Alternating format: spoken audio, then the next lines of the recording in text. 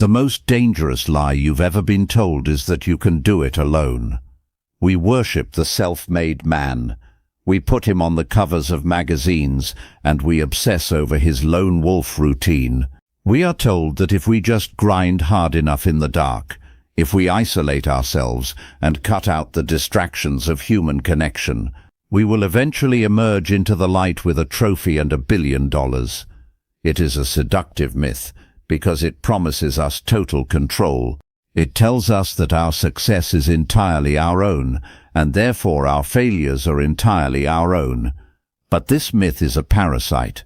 It is eating away at the very foundations of human achievement, leaving us successful on paper, but hollowed out, exhausted, and profoundly lonely in the mirror. Let's dismantle this right now. There is no such thing as a self-made man.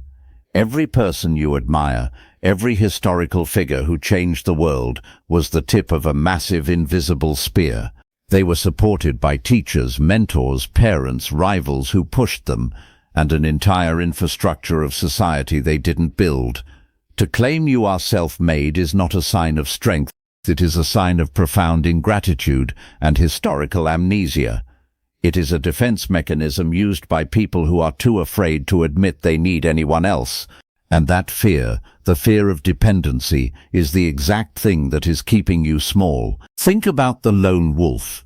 In nature, a lone wolf is usually a wolf that has been kicked out of the pack.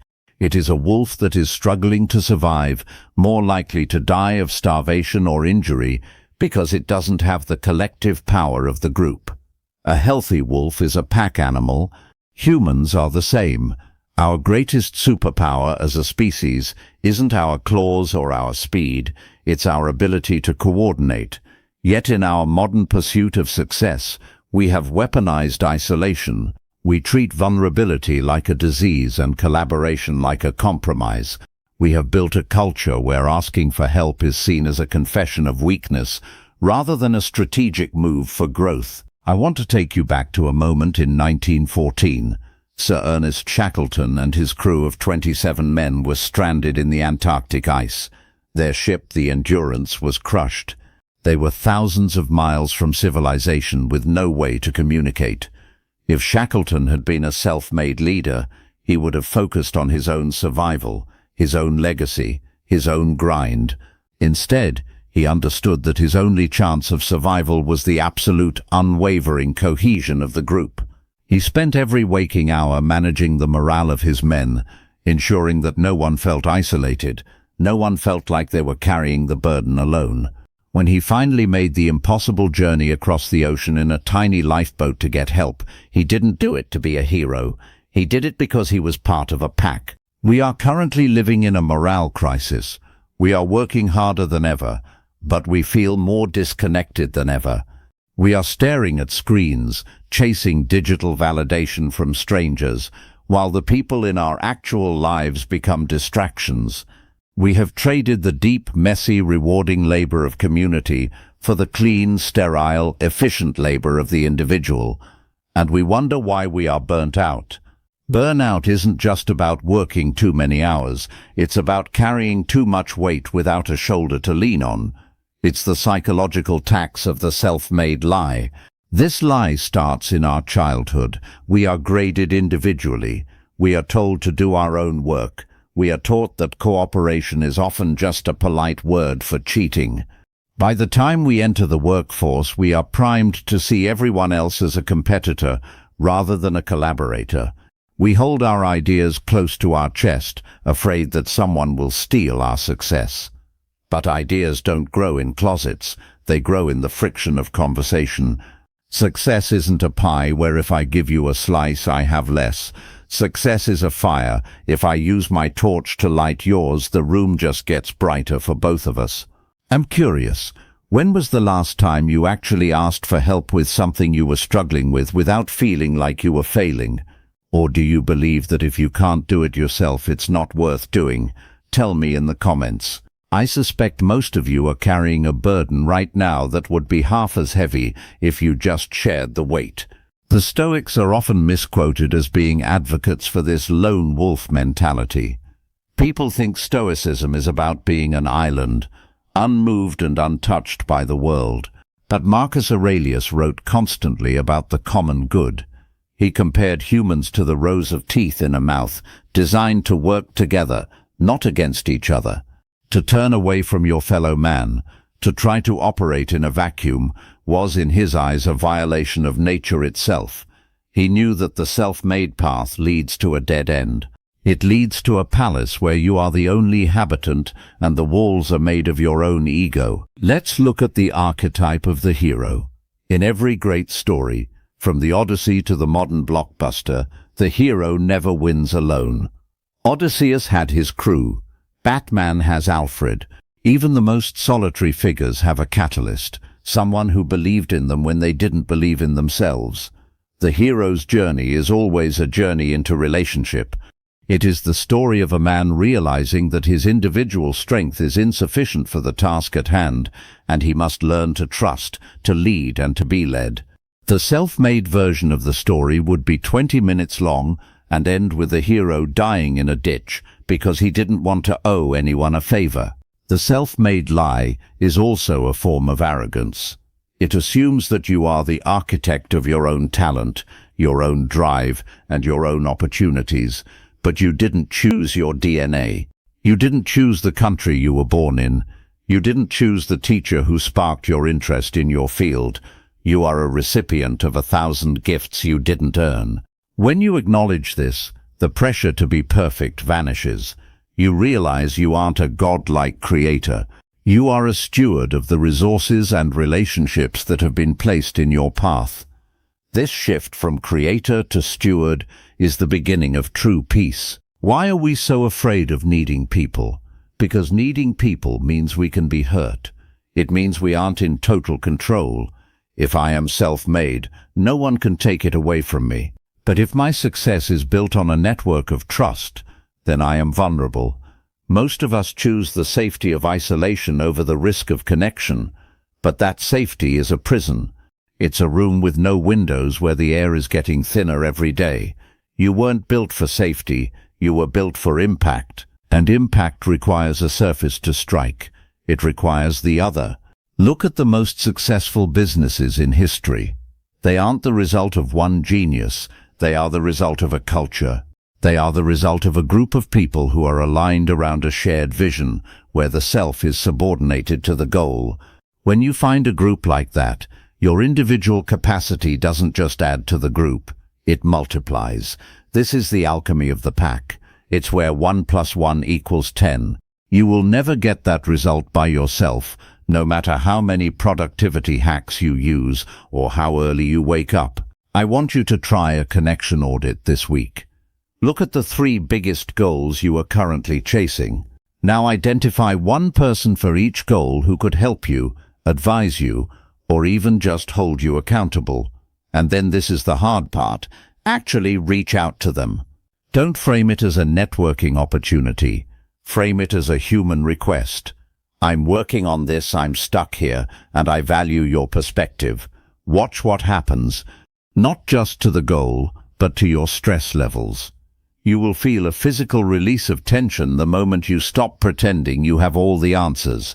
We are told that the path to the top is narrow and only has room for one. That is a lie designed to keep us fighting each other while the people at the actual top, the ones who understand the power of the pack, continue to dominate.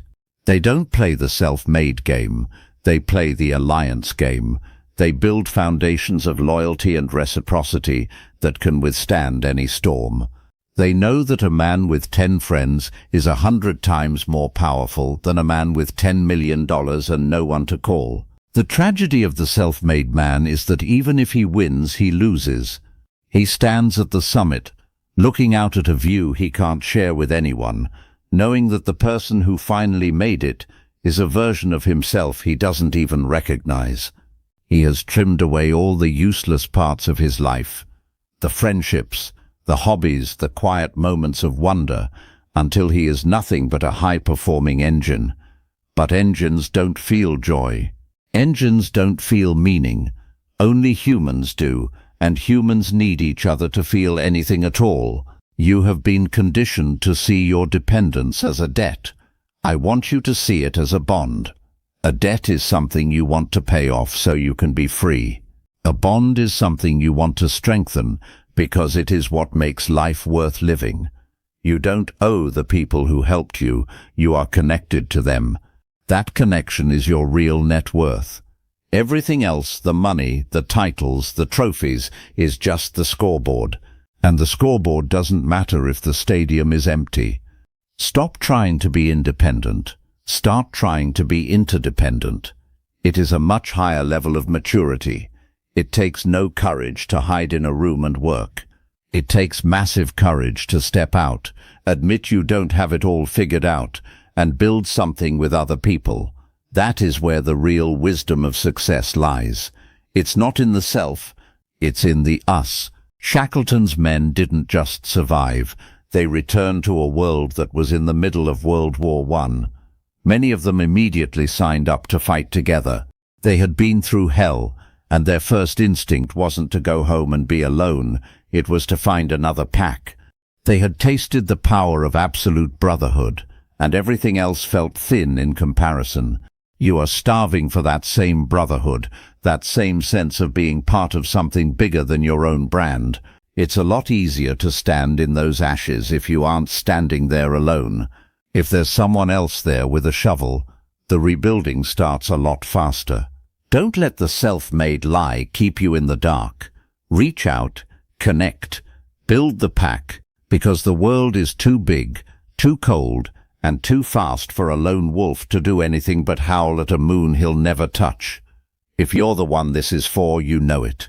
You're tired of the grind that leaves you feeling like a ghost. It's time to stop trying to make yourself and start trying to find your people. Independence is a pedestal. Interdependence is a bridge. Consider the relationship between Benjamin Franklin and the Junto Club. Franklin is often the poster child for the self-made man, the guy who arrived in Philadelphia with nothing and became a world-renowned scientist and diplomat. But Franklin didn't do it alone. At 21, he formed a club for mutual improvement. They met every Friday night to discuss ethics, politics, and philosophy. They pooled their books to create the first subscription library. They helped each other find jobs and business opportunities. Franklin's self-made success was actually the product of a small, dedicated group of men who decided that they would all rise together. He wasn't a lone genius. He was the organizer of a collective genius. We see this again in the Inklings, the group that included J.R.R. Tolkien and C.S. Lewis. These two men wrote some of the most influential books of the 20th century, but they didn't write them in isolation. They met in a pub in Oxford to read their drafts aloud to each other. They criticized, they encouraged, and they pushed each other to be better. Without Lewis, Tolkien might never have finished The Lord of the Rings. Without the pack, the self would have withered under the weight of its own doubt. Even in the most individualistic fields, like professional sports, the self-made myth falls apart. A great quarterback is nothing without an offensive line that is willing to bleed to protect him. A great CEO is nothing without the frontline workers who actually deliver the value. Yet we give the MVP trophy and the bonus check to the individual. This winner-take-all reward system reinforces the lie. It makes us think that the person at the top of the pyramid is the one who built it. But the pyramid is built from the bottom up, and the person at the top is only there because everyone else is holding them up. This isn't just about being nice. This is about survival. In the 1960s, a study was done on the town of Roseau, Pennsylvania. The people there had remarkably low rates of heart disease, despite having high-fat diets and smoking. Researchers couldn't find a biological or environmental reason for it. Finally, they realized it was the social structure. The town was built on tight-knit Italian immigrant families. No one was ever truly alone. They ate together, lived together, and supported each other through every crisis. When the traditional social structure began to break down in the next generation, the heart disease rates caught up to the rest of America. The self-made lifestyle literally breaks your heart. We are trading our longevity for our ego. We are trading our peace for a title. And the worst part is, we think we're being disciplined. We think that by cutting people out, we are showing focus. But focus without connection is just obsession. It's a closed loop that eventually burns itself out. True discipline is the ability to maintain your commitments to others even when it's inconvenient. True focus is the ability to see the us in every me. The self-made lie is also a barrier to true learning. If you believe you have to do everything yourself, you are limited by your own perspective and your own mistakes. But if you are part of a pack, you have access to the trial and error of everyone in it. You can learn from their failures without having to suffer through them yourself. You can stand on their shoulders. This is the only way humanity has ever made progress. We don't reinvent the wheel every generation. We take the wheels our ancestors built, and we build a car. The self-made man is trying to reinvent the wheel in his garage, and he wonders why he's not moving very fast. Look at the Stoic concept of sympathia, the idea that the entire universe is a single living organism and that every part of it is interconnected. If your hand decides it's self-made and stops communicating with the rest of your body, the hand dies. It's not free, it's just disconnected. You are a cell in the body of humanity. Your health, your purpose and your success are inextricably linked to the health of the cells around you. When you try to win at the expense of others, or when you try to win without others, you are essentially becoming a cancer cell, growing for its own sake until it destroys the host and itself. I want you to rethink your enemies. We often use the us versus them mentality to fuel our lone wolf drive. I'll show them, they don't want me to succeed. It's me against the world. This is a powerful fuel, but it's a dirty one. It leaves a residue of bitterness and paranoia. The silent king we talked about earlier, he doesn't have enemies, he has teachers. He understands that even the people who oppose him are part of the ecosystem that is shaping him. He doesn't need to defeat them to win, he just needs to outgrow the need for their validation. The shift from lone wolf to pack leader is the ultimate transition in a man's life. A wolf becomes a leader not by being the strongest, but by being the most responsible for the welfare of the pack. He eats last, he stays awake when others sleep. He carries the heaviest burden so that the group can survive. This is the burden of leadership, and it is the only path to a success that doesn't taste like ash. When you lead a pack, your wins aren't just yours. They belong to everyone. And there is no feeling on earth like looking at a group of people and knowing that they are better off because you decided to step up. But you can't lead a pack until you've learned to be part of one. You have to learn the humility of the rank. You have to learn to follow, to listen, and to serve. The self-made lie skips all of this. It tells you that you are already the king, and anyone who doesn't see it is just an obstacle. It creates tyrants of the ego instead of leaders of men. And tyrants always end up alone, staring at the walls of a palace they can't leave. The next time you feel that surge of "I can do this myself," I want you to pause. Ask yourself, am I doing this myself because I'm strong or because I'm afraid? Strength invites others in. Fear shuts the door. Strength knows it can handle the messiness of people. Fear wants the efficiency of the void. Choose the mess. Choose the risk. Choose the pack. You are not a project to be completed by yourself. You are a story being written by 1,000 different hands. Let them write. Let them help. Let them in. The fortress you've built around yourself isn't protecting you. It's preventing you from being found. Tear down the walls. Build a bridge. Find your people. The self-made man is a myth. The pack-driven man is a legend. If you're the one this is for, you know it. You've been running a race on a track with no one else on it. It's time to find the stadium. Independence is a dead end. Interdependence is the horizon. Biologically, our brains are hardwired for social connection. We have mirror neurons that allow us to feel what others are feeling. We have a vagus nerve that responds to the tone of a voice and the expression on a face. When we are isolated, Our body interprets it as a survival threat. Our cortisol levels spike, our immune system weakens, and our cognitive function declines. The self-made lifestyle is a biological nightmare. We are literally forcing our bodies to operate in a state of red alert 24/7. This is why success so often leads to a breakdown. It's not the work that kills us, it's the loneliness of the work. Historical data shows that the most resilient societies weren't the ones with the most rugged individuals. They were the ones with the strongest social capital, the highest levels of trust and cooperation. When trust breaks down, the society collapses, regardless of how much wealth it has. The self-made myth is a sign of a society in decay. It is the philosophy of the every man for himself lifeboat, where everyone is so busy trying to save their own skin that the boat eventually sinks. You are being told to be a lion, but lions don't hunt alone. They live in prides. They protect the cubs together. They hunt together. Even the king of the jungle knows that he is nothing without his pride. The only animals that truly live self-made lives are the ones at the bottom of the food chain, or the ones that are too small to matter. If you want to play a big game, you need a big team. The self-made lie is the ultimate distraction.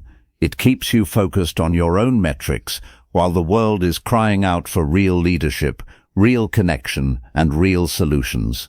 It turns you into a consumer of your own ego. It's time to stop consuming and start contributing. It's time to stop making yourself and start giving yourself. This is the hard truth. You will die. And when you do, no one will stand at your funeral and talk about your morning routine. They won't talk about your individual KPIs or your self-made fortune. They will talk about how you made them feel. They will talk about the times you showed up when it was hard. They will talk about the pack you built and the people you carried. They will talk about the bridge you were. Build the bridge now, while you still have the breath to do it. Don't wait for the fire to realize you're alone. The pack is waiting, but you have to be willing to be a member before you can be a leader. Stop the grind. Start the connection. You are not alone. Unless you choose to be. Choose differently.